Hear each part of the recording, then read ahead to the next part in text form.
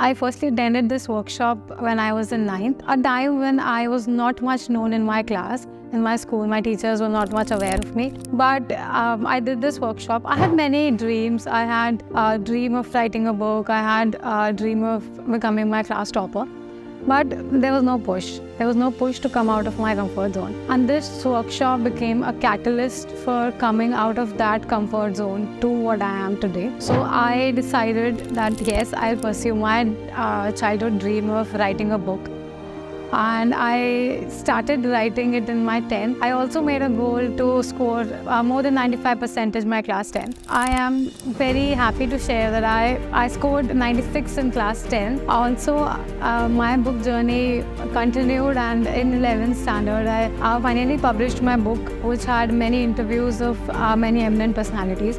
All of this push was given to me by Sneha sir, his Change of Life workshop that actually brought a lot of change in my life, and eventually I made a goal for scoring good in class 12, and I scored 97 in class 12. So this journey of my change from this workshop, I think I'm really thankful to Sneha sir.